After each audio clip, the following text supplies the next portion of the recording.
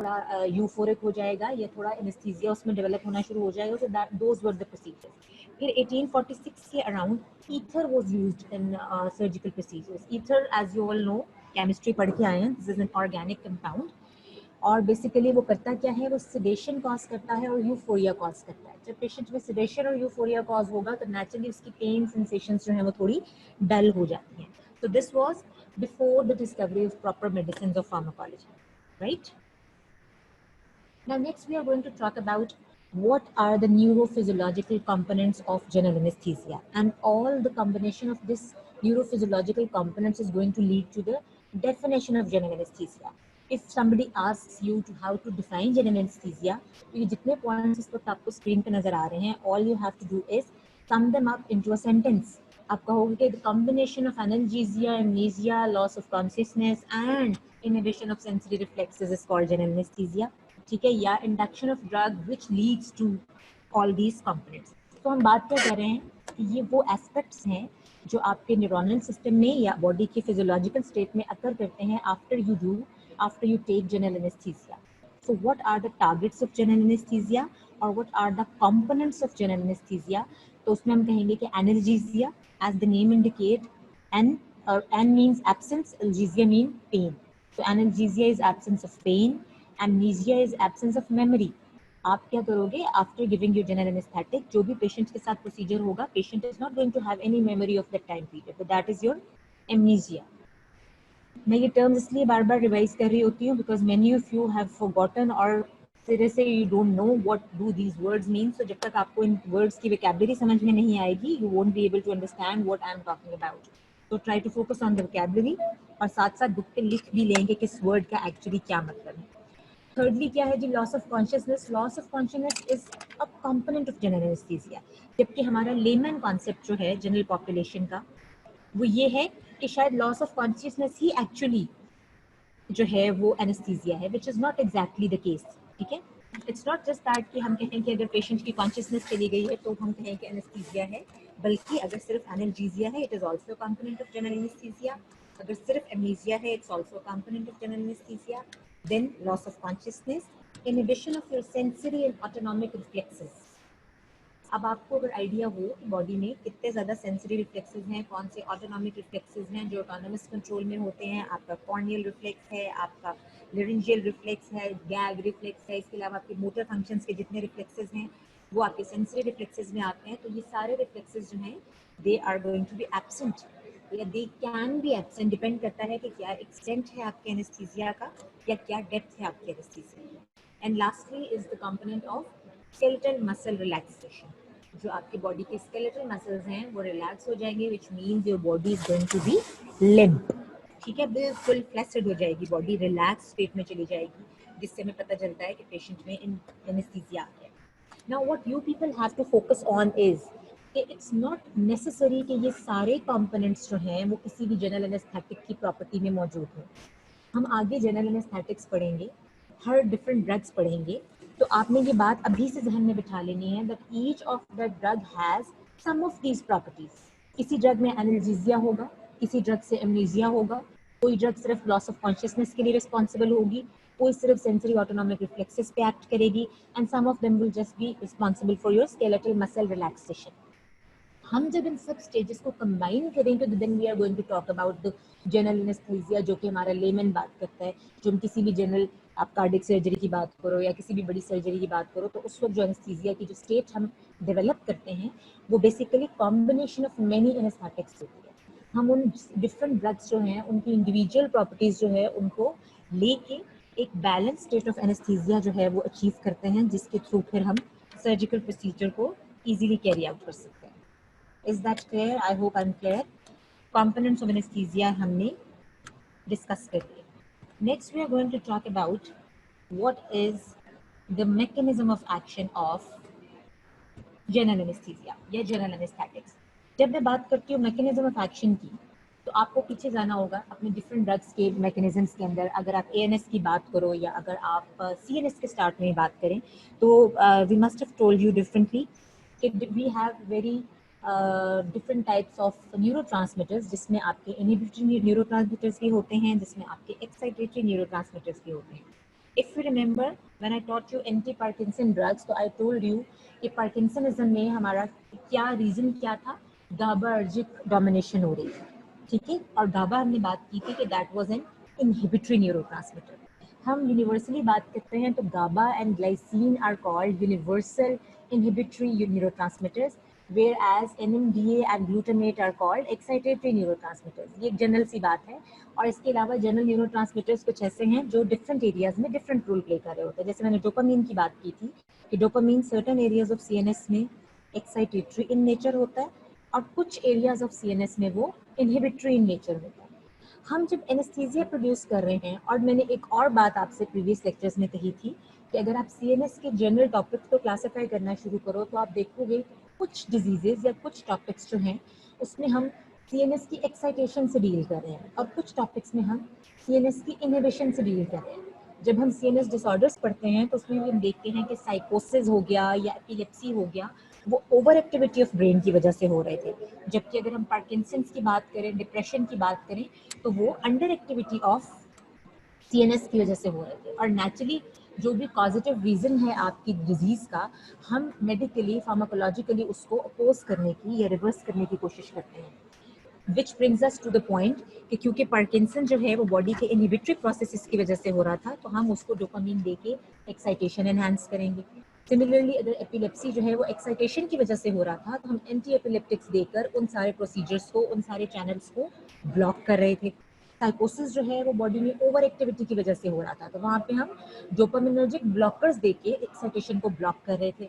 Similarly depression जो है वो क्योंकि इनहिबिशन की वजह से हो रहा है, तो वहाँ पे हमने सेरोटोनिन, नॉरेपिनेफ्रिन को इंक्रीज किया था ताकि हम उस डिप्रेशन को रिवर्स करें, and so on so. Anaesthesia में क्या है, बॉडी की नॉर्मल एक्टिविटी में हम एक्साइटेड स्टेट में हैं। एक्साइटेड स्टेट को हमने इनहिबिट करना है। हम अगर पेशेंट में मसल रिलैक्सेशन अचीव करना चाह रहे हैं, एमनीजिया अचीव करना चाह रहे हैं, एनाल्जेसिया अचीव करना चाह रहे हैं, या अगर हम लॉस ऑफ कॉन्शियसनेस अचीव करना चाह रहे हैं, and mind you I am all repeating the components of anaesthesia, तो अगर हम ये सब न्यूरोफिजियोलॉजिकल टारगेट्स को अचीव करना चाह रहे हैं, तो we are basically aiming to suppress or depress your central nervous system. In order to depress your central nervous system, हमारे पास क्या रूट होगा, क्या मैकेनिज्म का रूट हो सकता है कि हम या तो CNS के इनहिबिटरी न्यूरोट्रांसमीटर्स को एनहांस कर दें, that is your GABA system, या फिर हम ब्रेन के एक्साइटेटरी न्यूरोट्रांसमीटर्स को इनहिबिट कर दें, which is your NMDA system. तो दिस इज द एम और the mechanism of action of your general anaesthesia. Usually आपके जो इनहेलेशनल जनरल एनेस्थेटिक्स होते हैं उसके मैकेनिज्म ऑफ एक्शन के ऊपर इंडिविजुअल क्वेश्चंस नहीं आते। आपसे सिर्फ जनरली पूछा जाता है कि जनरल एनेस्थीसिया के मेन मैकेनिज्म ऑफ एक्शन क्या है, और आप इसका एक कंबाइंड मैकेनिज्म ऑफ एक्शन बता देते हो या उसका प्राइमरी टारगेट साइट की बात करते हो। हाँ, जब हम IV एनेस्थेटिक्स पढ़ेंगे तो वहाँ पे हम इंडिविजुअल ड्रग्स के इंडिविजुअल मैकेनिज्म ऑफ एक्शन के ऊपर फोकस करेंगे। So coming back to the point, general mechanism of action of anesthetics includes depression of activity of neurons in many different regions of the brain. And now again, अगर हमने depression achieve करनी है तो the primary target of our anesthetics is going to be your GABA A receptors. अब वापस आ जाओ sedative hypnotics से, और याद करो कि एंजाइटी को क्योर करने के लिए हमने GABAergic प्रोसीजर्स को एनहांस किया था। सिमिलरली एनेस्थीसिया के अंदर एनाल्जेसिया वाले कंपोनेंट्स को भी अचीव करने के लिए हम GABAergic प्रोसीजर्स जो हैं उनको एनहांस करेंगे। और गाबा के साथ क्या होता है, क्लोराइड चैनल एसोसिएटेड है, so basically chloride channel opening हो जाएगी, which is going to lead to the hyperpolarisation of the membrane and naturally leading to the inhibition of neuronal transmission. This inhibition of neuronal transmission is going to help achieve the general anesthesia which we were looking for in the first place. All right. Next, अब हमने ये individual, मैंने आपसे बात की थी कि एक तो ये तरीका है जो कि मेजॉरिटी एनेस्थेटिक्स के साथ है कि हमने गाबा को एनहांस कर दिया। द सेकंड मेथड इज कि हम एक्साइटेटरी न्यूरोट्रांसमीटर्स को इनहिबिट करना शुरू करें, and the excitatory neurotransmitter pathway या चैनल जो आपका है या जो रिसेप्टर है आपका CNS में, that is your NMDA, N methyl D aspartate receptor. इसकी लॉन्ग फॉर्म भी आनी चाहिए आपको, ठीक है। तो ketamine which is an IV anaesthetic, उसका टारगेट जो है वो गाबा नहीं होता बल्कि आपका NMDA रिसेप्टर होता है, N methyl D aspartate receptor, ठीक है।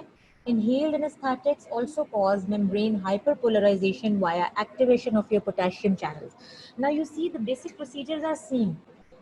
हर सिस्टम के बेसिक प्रोसीजर्स एक दूसरे से बहुत सिमिलर है. अगर हम सीवीएस में जाएं तो एंटी हाइपरटेंसिव्स की जब हम बात कर रहे थे तो वहाँ पे भी हमने पोटेशियम चैनल ओपनर्स की बात की थी. जब हमने ब्लॉक करनी थी कंडक्शन, जब हमने कॉन्ट्रैक्शन वेलोसिटी ब्लॉक करनी थी ब्लड वेसल्स की, तो हमने ब्लड वेसल्स से पोटेशियम चैनल ओपन कर दिए थे, which led to the hyperpolarisation of those membranes leading to relaxation of the musculature.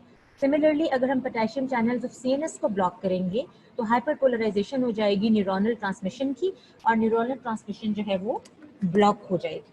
तो आपको अगर बेसिक पैरामीटर्स पता हैं, अगर आपको बेसिक पैसेजेस पता हैं कि इनहिबिशन में कौन से टारगेट्स होते हैं और एक्साइटेशन में कौन से टारगेट्स होते हैं, तो आप मैकेनिज्म्स को इजीली अंडरस्टैंड या एक्सप्लेन कर सकते हैं. This is why I suggest कि प्लेन रट्टा लगाने की कोशिश मत करें. यस, इन सम प्लेसेस आपको मेमोराइजेशन की बहुत ज़रूरत पड़ती है, यू कांट हेल्प इट, आपने बस याद ही करना है. But if you mix your concept with your memory, so the things are going to be easy to remember for a long term process, because the aim is not to just write your answers in your prof. The aim is actually to prepare you to be a good clinician wherever you go into practice. So, आपको उस वक्त dentist बन के बैठे हुए ये पता होना चाहिए कि अगर मैं पेशेंट को लोकल एनेस्थीसिया दूंगा तो किस किस सिस्टम पे क्या इफेक्ट आएगा, और अगर हम जनरल एनेस्थीसिया दे रहे हैं अपने पेशेंट को तो उसके डिफरेंट बॉडी सिस्टम्स कैसे इफेक्ट हो सकते हैं.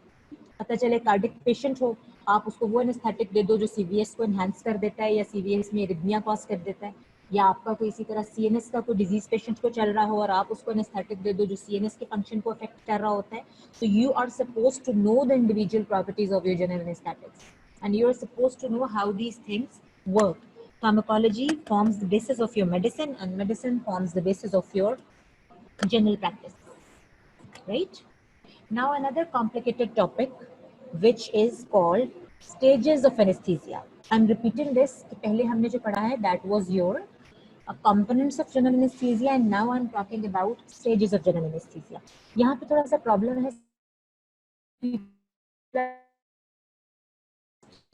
तो वहां पर उसने स्टेजेस ऑफ एनेस्थीसिया को मेरे हिसाब से नॉन टेक्निकली एक्सप्लेन किया हुआ है. Examiner when asks you about the stages of anaesthesia, he और she is not asking about induction, maintenance and elimination. This is what your Lippincott is telling you. Try to elaborate the stages of anesthesia as I am going to tell you right now, because this is the purpose of these lectures, कि जो एक book से आपको चीज clear नहीं होती उसको multiple books के साथ उस कॉन्सेप्ट को क्लियर अप किया जाए. ठीक है. लिपिनकॉट ने स्टेजेस ऑफ एनेस्थीसिया को बहुत लेमन लैंग्वेज में जनरल इंग्लिश के तौर पे लिया है कि जब भी हम एनेस्थीसिया करते हैं तो उसमें क्या क्या स्टेप्स होते हैं. तो वो कहता है पहले हम एनेस्थीसिया इंड्यूस करेंगे, फिर उस एनेस्थीसिया को मेंटेन करेंगे, और अल्टीमेटली जब हम रिकवरी फेज में आएंगे तो पेशेंट को एनेस्थीसिया से एलिमिनेट करेंगे. यस, ये हम स्टेप्स ऑफ एनेस्थीसिया कह सकते हैं. लेकिन जब हम कहेंगे स्टेजेस ऑफ एनेस्थीसिया तो मेडिकल लैंग्वेज में, टेक्निकल लैंग्वेज में stages of anaesthesia means what I am going to tell you right now. और इन स्टेजेस ऑफ एनेस्थीसिया को आपने सीक्वेंस में प्रिपेयर करना है. आपने देखना है कि बेसिकली जब आप इंडक्शन स्टार्ट करते हो या जब आप जनरल बैलेंस एनेस्थीसिया अपने पेशेंट को देते हो तो जाहिर है एकदम से पेशेंट बेहोश नहीं हो जाता. It's not as you see in your movies कि एक रुमाल लिया पेशेंट के नाक पे रखा and patient is finished. No, anaesthesia step wise induce होता है और हमारा एक लेवल है जिसको हमने अचीव करना है कि ठीक है जब हम इस स्टेज पे पहुंच जाएंगे तो हम इस्टेब्लिश करते हैं कि this is now sufficient to carry out whatever procedure we are aiming to do. ठीक है ना. तो इसलिए हमने स्टेजेस ऑफ एनेस्थीसिया को सीक्वेंस में प्रिपेयर करना है. So the first stage of anaesthesia for us is analgesia. Analgesia again absence of pain, decreased awareness of pain which starts from the inhalation and lasts up to loss of consciousness. यानी जब आप अपना anaesthetic दोगे तो जो सबसे पहला effect वो अचीव करेगा वो होगा पेन सेंसेशन को खत्म करना. इंडक्शन ऑफ एनेस्थीसिया में भी आप पेशेंट को मैन हैंडल कर रहे होते हो, आप डिफरेंट ट्यूब उसको इंट्यूबेट करते हो, आप डिफरेंट चीज़ें उसको देते हो, तो नेचुरली जब आप उसको टच भी कर रहे हो या आप किसी कोई भी प्रोसीजर उसके लंग्स में या उसके लैरिंग्स में डाल रहे हो तो उसमें भी पेन सेंसेशंस तो होंगी. तो पहला एम, हमारा पहला टारगेट क्या होगा कि हम पेशेंट को इसकी पेन सेंसेशन को जो है वो ब्लॉक करें. ठीक है. So the first stage of anaesthesia is your analgesia. Second stage में क्या होगा कि थोड़ी देर के लिए temporarily patient is going to go into an excitement और डिसइनहिबिशन स्टेज, यानी एक डिलीरियम या एक यूफोरिया अचीव हो जाएगा पेशेंट में. इस यूफोरिया में एक कॉमन वर्ड यूज कर रही हूँ आपकी अंडरस्टैंडिंग के लिए. हम जनरली कहते हैं कि पेशेंट एक्साइटेड स्टेट में आ जाता है, डिलीरियस हो जाएगा, लॉस ऑफ कॉन्शियसनेस इसी स्टेज का एक पार्ट है। और क्या होगा कि इनिशियली आपकी रेस्पिरेटरी रेट जो है वो इरेगुलर होना शुरू हो जाता है, और अल्टीमेटली स्लोली फिर क्या होगा कि आपका रेस्पिरेटरी रेट जो है वो रेगुलर हो जाएगा. So this state starts with excitation and then last until you say that the respiration has become regular. Then third stage, which is called your surgical anesthesia. And remember, being a clinician, the target of our action is to reach the third plane of third stage of anesthesia. The third stage of anesthesia further has 4 planes, या आप कह सकते हो further has की 4 subdivisions हैं, जो मैंने यहाँ पे आपकी स्लाइड पे इस वक्त आ भी रही हैं. सो सर्जिकल एनेस्थीसिया जो है ये बेसिकली कैरेक्टराइज होता है रिकरेंस ऑफ रेगुलर रेस्पिरेशन से, जब पेशेंट का रेस्पिरेटरी रेट रेगुलर हो जाए. अब किसी भी सर्जरी में आप अपने आप को इमेजिन करो तो whenever you are going to undergo a surgical procedure तो नेचुरली आप एंजाइटी में होते हो. जब आप एंजाइटी में होते हो तो आपका ब्लड प्रेशर भी फ्लक्चुएट करता है, आपका रेस्पिरेटरी रेट भी फ्लक्चुएट करता है, या इवन अगर हम डे टू डे एक्टिविटी में देखें तो नॉर्मली हमारा रेस्पिरेटरी रेट जो है वो वेरी कर रहा होता है, लेकिन जब हम सो रहे होते हैं ड्यूरिंग स्लीप आपका रेस्पिरेटरी रेट जो है वो इवन आउट हो जाता है या रेगुलर हो जाता है. This is one of the methods to detect if a person is sleeping और if a person is acting to sleep. अगर कोई एक्टिंग टू स्लीप कर रहा होगा तो उसका रेस्पिरेटरी रेट रेगुलर नहीं होता, रेस्पिरेशन फोर्स्ड फील होती है. लेकिन जब वो नेचुरली स्लीप के प्रोसेस में होगा तो उसका रेस्पिरेटरी रेट बिल्कुल फ्लैटन अप हो चुका होगा, रेगुलर हो चुका होगा. वही वाला रूल या वही प्रिंसिपल अप्लाई होता है एनेस्थीसिया के अंदर. सर्जिकल एनेस्थीसिया में regular respiration and the most reliable indication is the loss of corneal reflex and regular respiratory pattern. तो बेसिकली होगा क्या कि सेकंड स्टेज में डिसइनहिबिशन थी, पेशेंट के लिम्स जो हैं वो एक्साइटेड थे, किसी भी तरफ उसके रिफ्लेक्सेस कोई से भी एक्टिवेट हुए हुए थे, लेकिन थर्ड स्टेज में जाके उसके सारे रिफ्लेक्सेस जो हैं वो डिमिनिश होना शुरू हो जाएंगे. और हम कैसे डिटेक्ट कर सकते हैं इस चीज़ को? सिंपलेस्ट रिफ्लेक्स को चेक करके, which is your corneal reflex of eye. ठीक है जी. तो the 4 planes include rolling of eye balls up till fixation of eyes. Second stage में या सेकेंड प्लेन में होगा loss of your corneal and laryngeal reflex. Naturally हम laryngeal reflex को तो टेस्ट नहीं करे, वो तो ऑटोमेटिकली टेस्टेड हो जाएगा ना जब आप इंट्यूबेट करोगे पेशेंट को. और थर्डली प्यूपल जो है वो डायलेट हो जाएगा और फिक्स हो जाएगा, यानी नॉन रिएक्टरी टू लाइट हो जाएगा. तो अगर पेशेंट प्यूपल फिक्स हो गया तो इसका मतलब है लाइट रिफ्लेक्स भी एब्सेंट हो गए. And this is the step up till which anaesthesia is achieved. इससे अगले स्टेप पे हम नहीं जाते, हम इंटरकोस्टल पैरालिसिस अचीव नहीं करना चाहते, और अगली जो स्टेज में भी आपको बताऊंगी हम वो भी नेचुरली अचीव नहीं करना चाहते. तो हम कहेंगे कि the extent of anaesthesia is basically up till the third plane of third stage of anesthesia. Have I made myself clear? I need your response at the moment.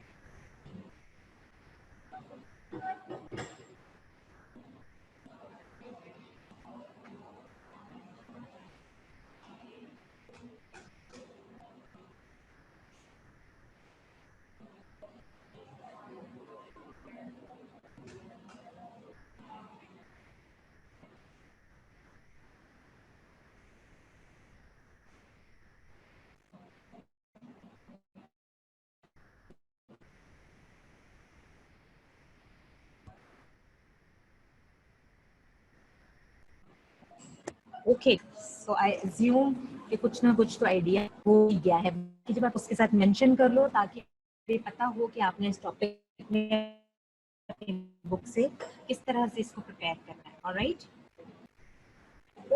Okay जी. तो अब last stage for the purpose of theory paper आपने थे तो theoretically हमें idea होना है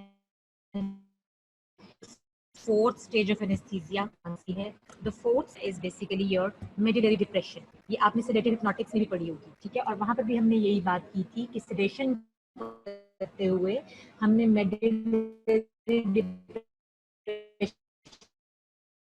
तक progress नहीं करना होता. बार्बिटुरेट्स जो थे वो रैपिडली मेडुलरी डिप्रेशन में प्रोग्रेस कर जाते थे, जबकि बेंजोडाइजेपिन्स जो हैं उससे मेडुलरी डिप्रेशन का नहीं होती. हम सिर्फ सेडेशन की स्टेज में जाके जो है प्लेट्यू हो जाता है ड्रग का एक्शन.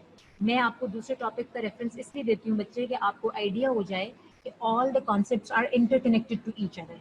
और जब आप उनको इंटरकनेक्ट कर सकते हो तो समटाइम्स एक कॉमन क्वेश्चन आ जाता है तो उसको अटेम्प्ट करना ईजी हो जाता है. या आपको एक आइडिया हो जाता है that how different systems are working, how different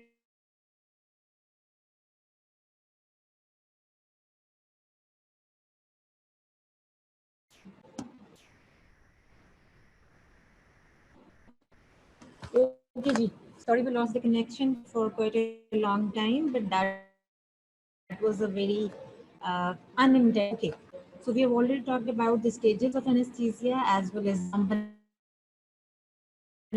to your proper classification. I just told you that basically the anesthetics are classified into two basic groups, inhaled anesthetics and your intravenous anesthetic. और आगे further हम inhaled anesthetics को दो basic types में classify कर सकते हैं, gaseous anesthetics and the volatile liquids. Only gaseous state anesthetic at the room temperature is your nitrous oxide. Nitrous oxide हमारा gaseous form का general anesthetic है जो आता है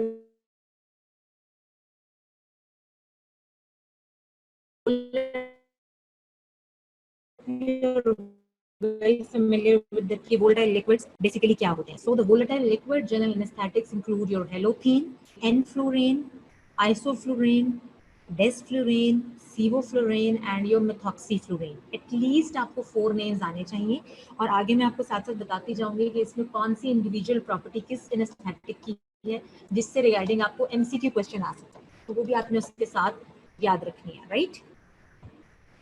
While talking about your inhalational anesthetics, there is another important clinical term which is called your MAC.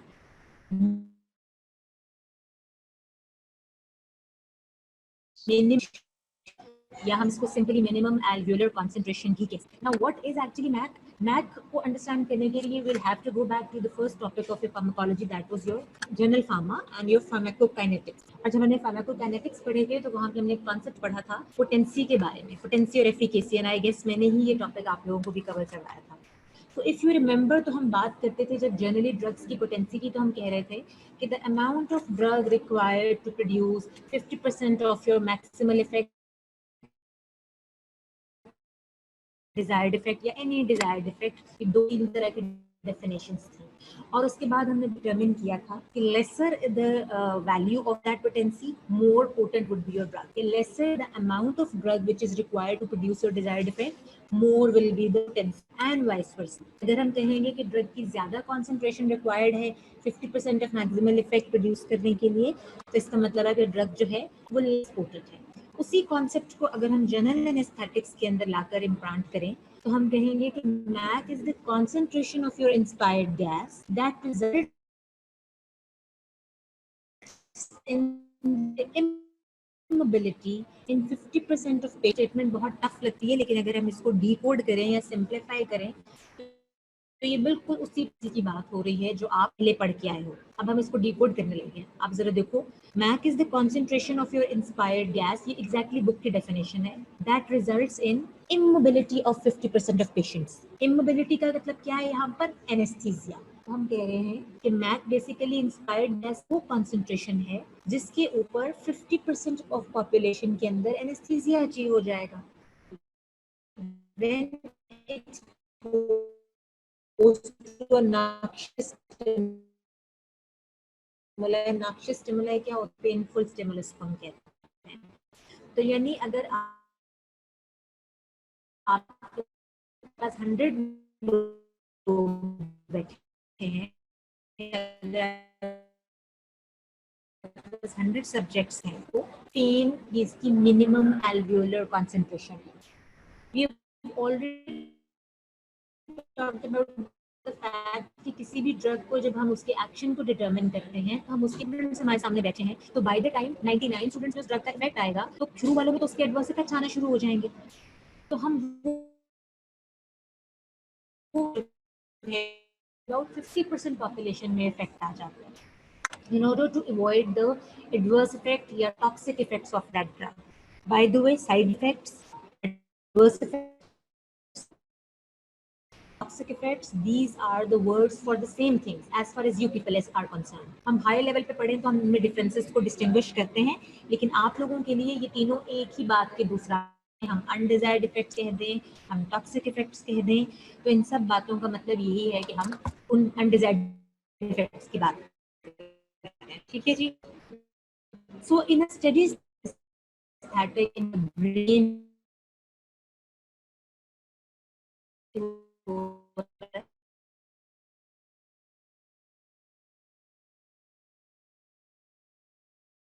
Lungs के through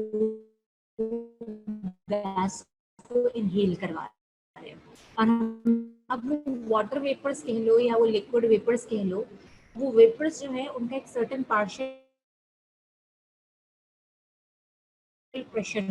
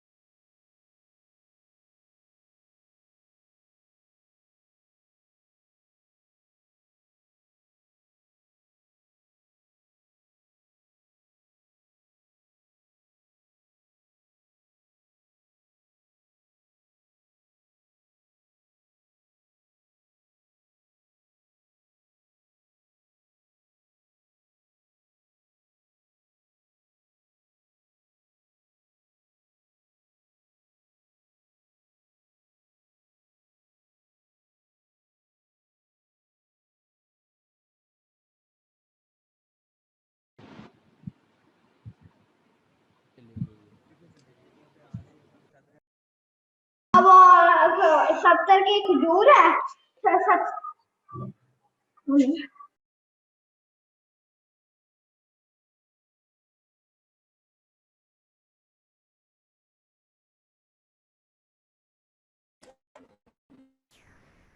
I'm sorry, I can't this internet. 70 की खजूर है। You know, again,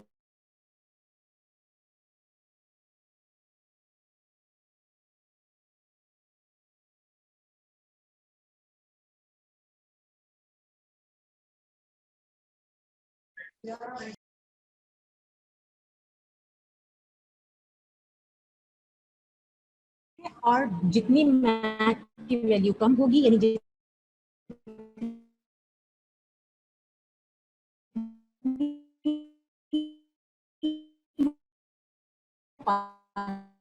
concentration, इसका मतलब है nitrous oxide is less potent in nature, whereas methoxyflurane जो है उस वैल्यू जो है वो कम है। इसका मतलब है कि वो ज्यादा पोटेंट ड्रग है। आपने ये दो चीजें याद रख लेनी है और बाकी फिर उसके रेफरेंस से आप साथ साथ करी करते जाओगे। इंडक्शन ऑफ एनेस्थीसिया, जब भी एनेस्थीसिया इंड्यूस करना है तो वो कौन से फार्माकोकाइनेटिक प्रिंसिपल्स हैं जो अफेक्ट करेंगे कि एनेस्थीसिया का कितनी जल्दी अचीव हो रहा है या किस तरह से इसके डायनामिक्स जो हैं वो वर्कआउट कर रहे हैं। इन फार्माकोकाइनेटिक प्रिंसिपल्स को हम इक्विलिब्रियम डायनामिक्स भी कहते हैं।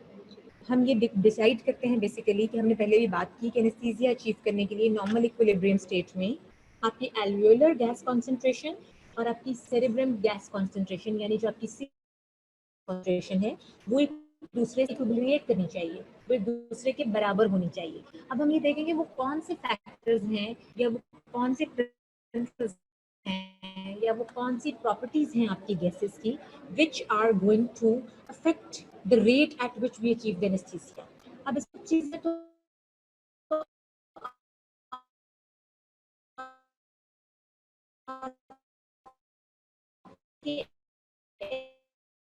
anesthetic drug property है which you can't help।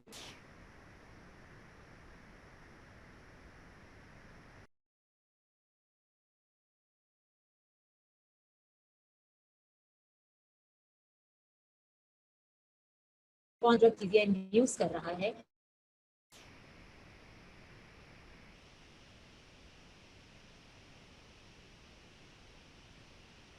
पे लगा होता है, उसमें आपकी नॉर्मल ऑक्सीजन है, नॉर्मल एयर है और उसके कंपोनेंट्स है एक आपका एनेस्थेटिक एजेंट।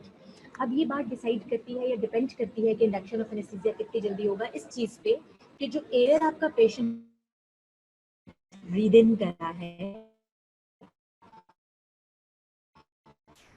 उसमें आपकी जो है आपकी इंस्पायर्ड एयर में ज्यादा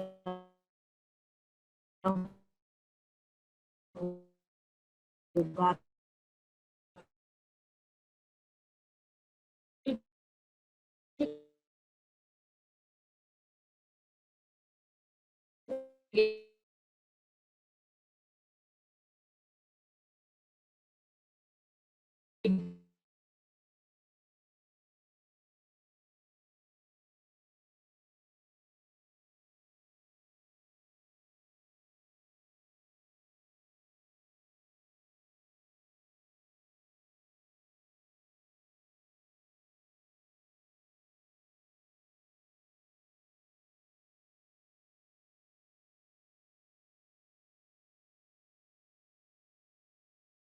राइट, तो relationship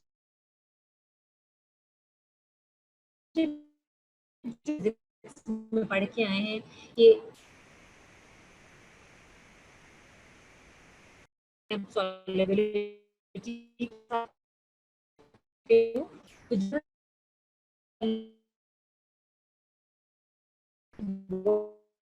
what we understand direct and inverse relationship.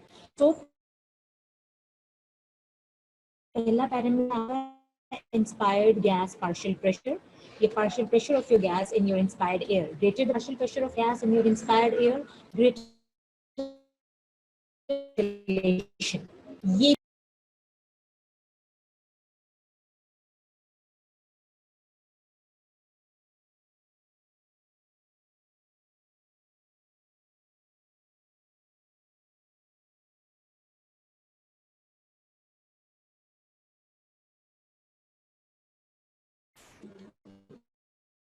Basically एल्वेओलर ventilation rate भी आप जो है वो लैब कंट्रोल है या आपके एनेस्थेसियोलॉजिस्ट के कंट्रोल में है। वो डिटरमिन करता है कि पेशेंट कितने ब्रेथ पर मिनट ले रहा है। जितना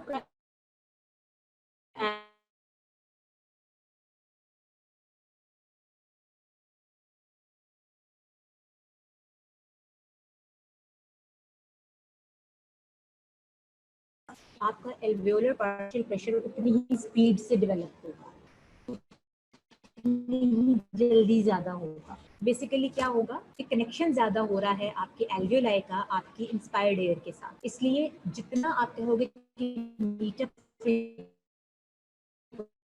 also directly related to your induction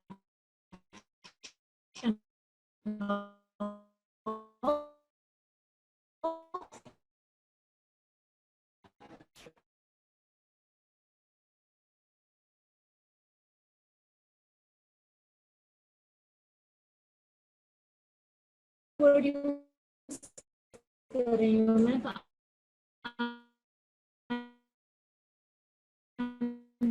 talking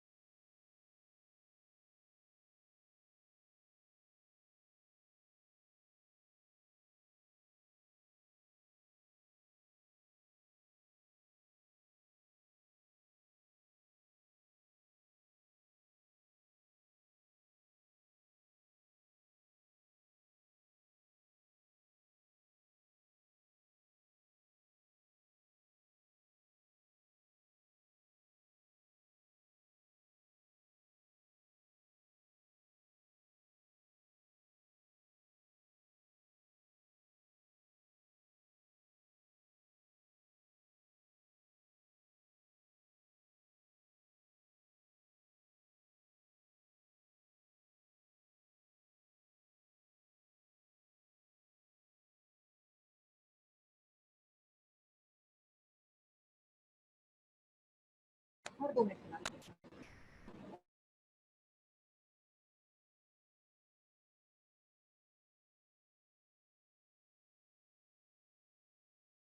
traditional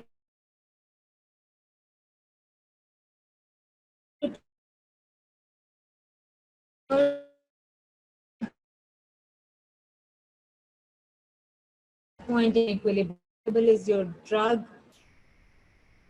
less will be your induction of anesthesia. क्योंकि मैंने कहा कि जितना ब्लड में सॉल्युबल होती है ड्रग उसका पार्शियल कार्डियक आउटपुट जितना ज्यादा होगा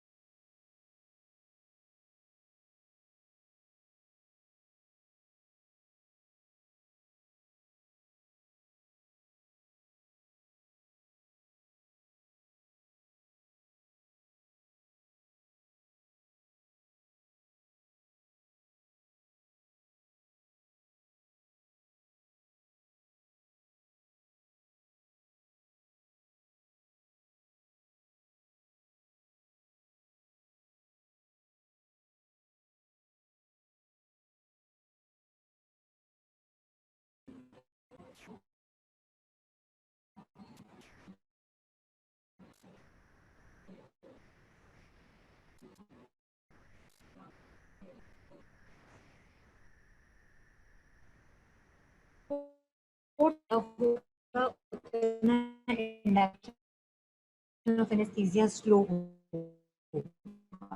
This thing is difficult to grasp. इसको अंडरस्टैंड करना क्योंकि आप कहते हो कि कार्डिक आउटपुट ज्यादा होने का मतलब तो ये है कि आपके हर ऑर्गन के अंदर जो है वो ब्लड ज्यादा जा रहा है और नेचुरली जितना ज्यादा ब्लड जाएगा उतनी ही क्विकली आपके सीएनएस के अंदर उसका पार्शियल प्रेशर बिल्डअप होना चाहिए.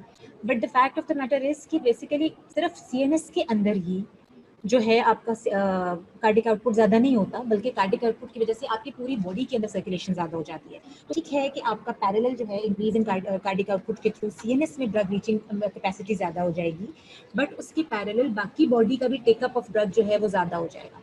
तो आप जो ड्रग दे रहे हो वो बेसिक अगर पहले 100% आप ड्रग दे रहे हो और वो 50% जा रही थी सीएनएस में, अब कार्डिक आउटपुट ज्यादा होने की वजह से बाकी बॉडी भी उसको उतनी ही तेजी से अपनी तरफ खींच रही है, तो सीएनएस में उसके लेवल्स जो हैं वो स्लोली रेज अप होंगे. इसलिए हम कहते हैं कि जब कार्डिक आउटपुट यानी greater the cardiac output, lesser will be your speed of induction of anesthesia. And lastly, we are talking about alveolar venous partial pressure. यहाँ पर जब alveolar venous की बात कर रहे हैं, इसको आपकी books arterio venous partial pressure भी कहती हैं. arterio venous में इसलिए नहीं कह रही है कि फिर आप कंफ्यूज हो जाते हो कि हम कौन सी आर्टरीज की बात कर रहे हैं. बेसिकली यहाँ पे हम बात कर रहे हैं जिस चीज की, that is your alveolar arteries. अगर हम लंग्स में बात करें तो जो आर्टीरियल ब्लड है उसके अंदर और जो वीनस ब्लड जो पूरी बॉडी से रिटर्न होकर आपके लंग्स में आ रहा है उसके अंदर एनेस्थेटिक की कॉन्सेंट्रेशन जो है वो डिफरेंट होती है. ठीक है, अगर आपकी alveolar Venus partial pressure gradient जो है या जो प्रेशर डिफरेंस है वो बहुत ज़्यादा है, तो इसका मतलब है कि आपके वीनस ब्लड के अंदर बिल्कुल भी एनेस्थेटिक नहीं है. वीनस ब्लड में एब्सेंस ऑफ एनेस्थेटिक ये शो करती है कि आपका एनेस्थेटिक एजेंट जो है वो बॉडी के अंदर डिफ्यूज हो गया, बॉडी के जो टिश्यूज हैं उन्होंने टेकअप कर लिया. जब बॉडी के टिश्यूज आपके एनेस्थेटिक को टेकअप कर लेते हैं तो naturally induction of anaesthesia slow down हो जाती है. तो आइडियल कंडीशंस में हम ये चाहते हैं कि जो एल्वियोलाई का पार्शियल प्रेशर है या जो arteries of the your lungs हैं उनके अंदर जो पार्शियल प्रेशर है उसमें, और जो वेनस ब्लड आपकी बाकी बॉडी से, जो लोअर बॉडी पोर्शन से, जो आपके लिवर से, जो आपके हार्ट से, जो आपके दूसरे बॉडी के लिम्स से वापस आ रहा है आपके लंग्स में, उसके अंदर जो पार्शियल प्रेशर है उसका डिफरेंस कम हो, वो ये शो करता है कि जो बाकी बॉडी है उसमें एनेस्थीसिया जो है वो कहीं पे भी स्टोर नहीं हो रहा आपका एनेस्थेटिक एजेंट. इसका मतलब है कि मैक्सिमल कैपेसिटी जो है वो ब्रेन में ही जा रही है, वो बाकी बॉडी में नहीं जा रही. और अगर आपका वीनस ब्लड जो है उसके अंदर कॉन्सेंट्रेशन कम है तो इसका मतलब है कि बॉडी में मेटाबोलाइज हो रहा है आपका एनेस्थेटिक एजेंट, या आपकी बॉडी उसको टेकअप कर रही है या स्टोर कर रही है, जो कि अल्टीमेटली एडवर्सली इफेक्ट करेगा आपकी इंडक्शन ऑफ एनेस्थीसिया को. ठीक है जी, तो ये चीज़ आपने क्लियर रखी है. ये पांचों कॉन्सेप्ट्स जो हैं ये आगे थोड़ा सा डिटेल में एक्सप्लेन किया है. I intended to make these things very very clear, but unfortunately we had a very bad net connection in the last half an hour, जिसकी वजह से रिपीटेडली हम डिस्कनेक्ट होते रहे और मुझे एक ही स्लाइड के ऊपर 15 मिनट्स लग गए. क्विकली हम उसकी डिटेल स्लाइड्स के ऊपर भी बात करेंगे. इन्हीं पांचों पॉइंट्स को मैंने एक्सप्लेन किया हुआ है फर्दर स्लाइड्स के अंदर. इंस्पायर्ड गैस पार्शियल प्रेशर या inspired air concentration of your anesthetic agent, और मैंने कहा था कि this is directly proportional to the rate of induction of anesthesia. क्यों? क्योंकि FA over FI जो है वो जल्दी 1 के बराबर हो जाती है. FA is your alveolar concentration Fi is your inspired gas concentration. ये याद रखना बेटा इसलिए ज़रूरी है कि समटाइम्स आपको MCQ के अंदर वो स्टेटमेंट देने की बजाय ये रेशो के थ्रू इंडिकेट कर देते हैं Fa/Fi। तो अगर आपको इसका कॉन्सेप्ट नहीं होगा तो आपको बिल्कुल समझ नहीं आएगा कि स्टेटमेंट क्या है। तो आप अगर आपका एल्वियोलर कॉन्सेंट्रेशन और इंस्पायर्ड गैस कॉन्सेंट्रेशन जितनी जल्दी आपस में इक्विलिब्रिएट कर जाएगी या 1 के बराबर हो जाएगी, हम कहेंगे उतनी ही जल्दी एनेस्थीसिया इंड्यूस हो जाएगा, right? So this is your first point. Second point मैं आपको already explain कर चुकी हूँ, alveolar ventilation वाला point है. The rise of gas tension in arterial blood is directly dependent on both the rate and depth of ventilation. Rate of ventilation I've already talked about, यानी number of breaths per minute. और depth of ventilation basically क्या है कि एक single breath के साथ आप कितना टाइडल वॉल्यूम अंदर लेके जा रहे हो. टाइडल वॉल्यूम भी आप फिजियोलॉजी में पढ़ के आए हो, यानी कितनी एयर जो है वो कितनी कैपेसिटी में आपके लंग्स में जा रही है विद एवरी ब्रेथ, जो which is around 500 ml in a normal scenario, right? तो बेसिकली अगर आपका रेट ऑफ वेंटिलेशन ज़्यादा है या अगर आपकी डेप्थ ऑफ वेंटिलेशन ज़्यादा है तो नेचुरली क्या होगा कि आप जो बाहर से गैस ले रहे हो उसका कॉन्टैक्ट विद योर एल्वियोलाई ज़्यादा होगा, और अगर डेप्थ ज़्यादा है तो कॉन्टैक्ट टाइम ज़्यादा होगा, और जितना उनका आपस में कॉन्टैक्ट ज़्यादा होगा उतना ही पार्शियल प्रेशर ग्रेडियंट जो है यानी Fa/Fi जो है वो जल्दी इक्विलिब्रिएट करेगा, और इसलिए हम कहेंगे कि इंडक्शन ऑफ एनेस्थीसिया जो है वो जल्दी होना शुरू हो जाएगी. Increase in ventilation has a slight effect on the gases with low blood solubility. ये भी याद रखने की बात है. But has a significantly increased effect on the agents which have moderate to high blood solubility. यानी हम कह रहे हैं कि ventilation rate का जो effect है वो highly soluble drugs पे ज़्यादा है और less soluble drugs पे कम है. क्यों? अगर एक ड्रग लेस सॉल्युबल है, जैसे कि ये, अब ये देखो ऊपर वाली जो ड्रग है वो है नाइट्रस ऑक्साइड और नीचे वाली जो ड्रग है वो है हेलोथेन. नाइट्रस ऑक्साइड जो है अगर आप इसका थर्ड कंपार्टमेंट ये देखो मिडिल वाला ब्लड वाला कंपार्टमेंट, इसके अंदर ये सॉल्युबल नहीं है, इसलिए इसका ये देखो ये जो ब्लू इंडिकेट करता है कि इसका पार्शियल प्रेशर कैसा है. एयरवे के अंदर आप उसका पार्शियल प्रेशर कितना है, एल्वियोलाई में आके कितना है, और देखो कि एल्वियोलाई और ब्लड के पार्शियल प्रेशर में कोई बहुत ज़्यादा डिफरेंस नहीं है क्योंकि वो ब्लड में डिजोल्व नहीं होती. इसलिए इस सिनेरियो के अंदर वेंटिलेशन रेट से कोई खास फर्क नहीं पड़ेगा क्योंकि पहले ही रेट बहुत अच्छा है. जबकि इससे नीचे वाली डायग्राम में आओ जो कि आपकी हेलोथेन है, halothane is moderately soluble in your blood, इसलिए आप देखोगे कि एयरवे में पार्शियल प्रेशर कैसा है, एल्वियोलाई में कम हुआ और एल्वियोलाई और ब्लड के दरमियान तो बहुत ही कम हो गया क्योंकि ब्लड में जाके वो डिजोल्व हो गई, और आपको पता है कि जब वो डिजोल्व हो जाती है तो उसका प्रेशर कम हो जाता है. ये स्प्राइट या पेप्सी की बॉटल पे आ जाओ, जब हम उसकी गैस हम कहते हैं कि ख़त्म हो गई है या उसकी गैस जब लिक्विड के साथ मिक्सअप हुई हुई होती है तो उस फॉर्म में जब आप बॉटल को ओपन करते हो तो you do not feel any pressure. क्यों? क्योंकि उस वक्त वो गैस जो है वो आपके लिक्विड में डिजोल्व फॉर्म है, और जब वो बॉटल थोड़ा अरसे के लिए पड़ी रहे और वो गैस लिक्विड से, क्योंकि वो वोलेटाइल लिक्विड है तो वो गैस जो है वो लिक्विड से सेपरेट हो जाती है तो वो प्रेशर बिल्डअप करती है. उस सिनेरियो में जब आप बॉटल खोलते हो तो यू फील दैट प्रेशर. ठीक है. सिमिलरली हॉलोथेन जो है वो ब्लड में डिजोल्व हुई हुई है तो उसका प्रेशर जो है वो कम चेंज हो रहा होता है, जबकि जो कम डिजोल्व हुई हुई होती है उसका प्रेशर जो है वो जल्दी अचीव हो जाता है. We continue this lecture tomorrow इंशाल्लाह. Try to be on time precisely. आज की डेफिशिएंसी जो है वो कनेक्शन इतना ज़्यादा डिस्टर्ब नहीं करेगा. Alright, thank you.